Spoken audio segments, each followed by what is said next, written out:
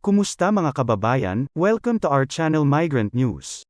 We'll talking about Canada immigration. Kung interesado ka sa mga ganitong content, please subscribe and hit notification bell. Magandang balita para sa mga Filipino na gustong magtrabaho sa Canada.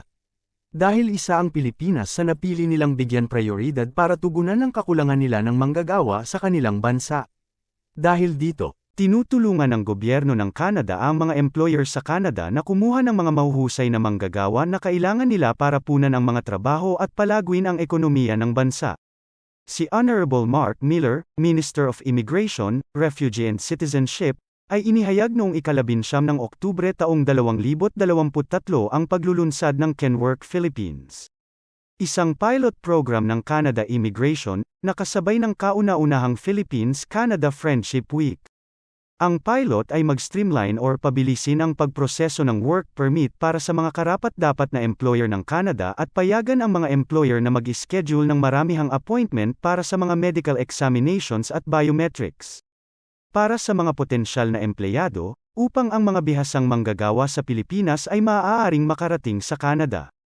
Bukas ang programa sa mga employer ng Canada na magre-recruit mula sa Pilipinas at tatanggap ng humigit kumulang 50 o higit pang mga manggagawa, o para sa mga kritikal na trabaho sa mga sektor tulad ng healthcare, konstruksyon at agri-food production.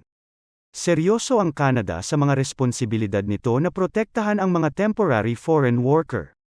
Para sa mga makikilahok sa programa, dapat ipakita ng mga employer ang kanilang pangako sa patas at etikal na mga alituntunin sa pangangalap ng worker, gaya ng inilathala ng International Organization for Migration, IOM.